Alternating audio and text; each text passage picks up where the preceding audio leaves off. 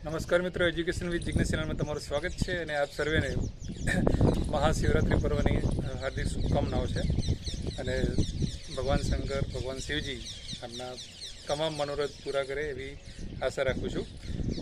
મિત્રો, શાળા સહાયક વિશેની અગાઉ આપણે થોડી વાતચીત કરી હતી અને હમણાંથી કે ભાઈ આવવાના છે, શાળા સહાયકની એક યોજના આવવાની છે, તો આવવાની હતી, એનો ઠરાવ અત્યારે આવી ગયો છે. તો આ ઠરાવ કદાચ તમે ઘણા બધા જોયો પણ હશે.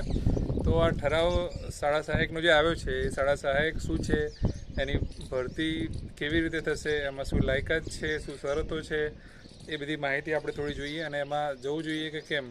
તો સૌથી પહેલાં વાત કરીએ તો નાણાં વિભાગના જે સેક્શન અધિકારી જે છે આર ઠાકોર, એના દ્વારા એક ઠરાવ પ્રસિદ્ધ કરવામાં આવ્યો છે કે ગુજરાત રાજ્યની જિલ્લા પંચાયત દ્વારા અને નગર પ્રાથમિક શિક્ષણ સમિતિની શાળાઓમાં શાળા સહાયક ઉપલબ્ધ કરાવવા બાબતનો ઠરાવ એવો છે કે ભાઈ પે સેન્ટર શાળાઓ, એટલે જે શાળાની સંખ્યા 300 કે તેથી વધુ હોય બાળકોની સંખ્યા, એ શાળાઓમાં શાળા સહાયક નીમવામાં આવશે. શાળા સહાયક કોણ નીમશે? તો આઉટસોર્સિંગથી આ નીમવાના છે. આઉટસોર્સિંગ એટલે એજન્સી દ્વારા. હવે આ કોઈ એજન્સીને એવો કોન્ટ્રાક્ટ આપી દેશે સરકાર કે તમે આની ભરતી કરો અને અમે તમને પૈસા ચૂકવીશું. એટલે જે જ્ઞાન સહાયક જે પ્રથા હતી, કોન્ટ્રાક્ટ સિસ્ટમ, એ ગવર્મેન્ટની પાસે કોન્ટ્રાક્ટ સિસ્ટમ હતી, એટલે ગવર્મેન્ટ પોતે એ કરે છે. પણ હવે આ શાળા સહાયક રહ્યું એની અંદર તો એનાથી પણ બદતર હાલત કરીને એજન્સીને આઉટસોર્સિંગમાં આપવાનું કહે છે. એટલે હવે આઉટસોર્સિંગમાં એજન્સી કેવી રીતે ભરતી કરે છે, લાગતા વળગતા લે છે, શું છે, એ બધું જે છે એમાં રહેવાનું જ છે અને ગવર્મેન્ટ પોતાના માથે કંઈ રાખવા માંગતી નથી. લાયકાતની વાત કરીએ આની અંદર, તો લાયકાત જે રહી એ કોઈ પણ વિદ્યાશાખાના સ્નાતક હોવા જોઈએ, એટલે કે BA, BSc કે BCom મિનિમમ તમારું કરેલું હોવું જોઈએ અને B.Ed કરેલું હોવું જોઈએ. આટલી લાયકાત માગી છે. હવે આગળ બીજી કોઈ લાયકાતનો ઉલ્લેખ નથી પરિપત્રમાં. હવે શાળા સહાયકની કામગીરી શું છે કે શાળાની અંદર આ જે બધા વહીવટી કામ જે આવે છે કોમ્પ્યુટર ઉપર, એ બધા કામ એને કરવાના રહેશે. આ ઉપરાંત એ સિવાય સહઅભ્યાસિક પ્રવૃત્તિઓ જે છે, શિક્ષણનું કામ પણ એને કરવાનું છે. મતલબ મલ્ટીપર્પઝ ટીચર જે અગાઉ આપણે વાત કરી હતી એવી રીતે તમામ કામ એને કરવાના થાય છે. હવે જે પગાર ધોરણ જે રહ્યું 21,000 રૂપિયા, અને આઉટસોર્સિંગથી એટલે ડાયરેક્ટ ગવર્મેન્ટ નહીં આપે, જે એજન્સી જે રહ્યું એ એજન્સીને જે તે જિલ્લામાંથી ગ્રાન્ટ આપશે અને એક શાળા સહાયક દીઠ 21,000 રૂપિયા જેવી ગ્રાન્ટ એ લોકોને પેમેન્ટ મળશે એજન્સીને, અને એજન્સીવાળા પછી શાળા સહાયકને ચૂકવશે અને એ એજન્સીને અલગથી કમિશન કે જે કંઈ પણ સરકાર આપશે. બરાબર છે. પણ ડાયરેક્ટ સરકાર ભરતી નહીં કરે, એજન્સીવાળા કરાર કરશે, SMCવાળા એની સમીક્ષા કરશે.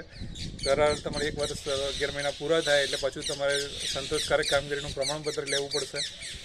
પછી વાત એ છે કે ગમે ત્યારે અંદર એવું લખ્યું છે કે જો કામગીરી યોગ્ય નહીં જણાય તો તમને ગમે ત્યારે છૂટા કરવામાં આવશે. એટલે કે દોરી સંચાર એમના હાથમાં રાખ્યો છે. કોઈ પણ બાને શાળા સહાયકને ગમે ત્યારે છૂટો પણ કરવામાં આવશે.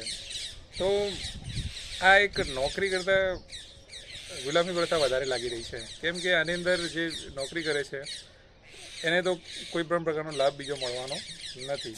બરાબર. એમાં ચોખ્ખું લખ્યું છે કે કોઈ પણ સરકારી હક દાવા, કોઈ પણ લાભ, કોઈ પણ રજાનો લાભ કોઈ પણ મળશે નહીં. તો આ રીતની એની લાયકાત છે અને બધું છે. વધુમાં એ છે કે જે શાળા સહાયક જે રહ્યો એ પાછું 300થી ઓછી સંખ્યા જે કોઈ શાળામાં હોય અને પછી એ 300થી ઓછી સંખ્યા થઈ જાય તો પછી પાછો એને બીજી કોઈ શાળામાં સમાવવાનો, એટલે પછી એક જગ્યાએ તો નહીં. હવે એજન્સી એનો કરાર જે રહ્યો એ પણ પાછા એજન્સીવાળા જ કરશે. SMC એને એ સમીક્ષા કરશે. એનો જો કરાર રહ્યો એજન્સીએ જ કરવાનો છે. બરાબર છે. અને 11 મહિના થશે એટલે છૂટા થયેલા ગણાશે. અગાઉ પછી એમને લેવા કે ના લેવા એની વાત અલગ આખી થઈ જાય છે. તો આ જે પ્રથા રહી એની અંદર ખરેખર તો આમ જોવા જઈએ તો લગભગ કોઈ જોડાવું ના જોઈએ. કારણ કે આ અમુક વસ્તુ બરાબર છે. કદાચ કોઈ ઉમેદવારો એવા હોય કે એમને ટેટ પાસ ના કરી શકે હોય, હાલમાં બીજી કોઈ જોબ ના હોય ને જોડાતા હોય તો વસ્તુ બરાબર છે. બાકી તમે કોઈ રેગ્યુલર સારી એવી જોબ આપણે કરતા હોઈએ પ્રાઇવેટમાં પણ, બરાબર, 10-15 હજારની એવી કંઈ જોબ કરતા હોય તો પણ આમાં જવાય નહીં. તમારી જોડે બિલકુલ જોબ ના હોય તો આપણે જઈ શકાય. બરાબર છે. બાકી તો બધા હોશિયાર જ છીએ અને પરિપત્રને પણ બધા સમજી શકે છે. તો ગઈ વખત આપણે જ્યારે શાળા સહાયકની પોસ્ટ કરી હતી ત્યારે ઘણા અમુક મિત્રોએ કોમેન્ટ કરી હતી કે એનો ઠરાવ આવે ત્યારે જાણ કરજો, તો એટલા માટે જાણ કરી છે. એનો મતલબ એવો નથી કે આપણે શાળા સહાયકનો પ્રચાર કરી રહ્યા છીએ, પણ એમાં જે હકીકત જે છે એ આપણે તમને જણાવી છે. તો અગાઉ પણ જે કોન્ટ્રાક્ટ પ્રથા હતી અને આ પણ એક કોન્ટ્રાક્ટ પ્રથા છે અને હજુ પણ સરકાર એને ડામવાને બદલે વધુમાં વધુ વિસ્તારી રહી છે. તો ગુજરાત સરકાર કઈ દિશામાં જઈ રહી છે, શિક્ષણને કઈ દિશામાં લઈ જઈ રહી છે એ આપણે આના દ્વારા આપણને ખબર પડે છે. મેરિટ અંગેના વિડીયો આપણે ત્યાં મૂકેલા છે વેબસાઇટ આપણા યુટ્યુબ ચેનલ ઉપર, તો તમે જોઈ શકો છો જે અંદાજિત મેરિટના વિડીયો જે મૂકેલા છે એ પણ. અને નવી કોઈ અપડેટ આવશે તો આપણે ફરીથી અમારી સમક્ષ આવીશું. ત્યાં સુધી જય હિન્દ, જય ભારત.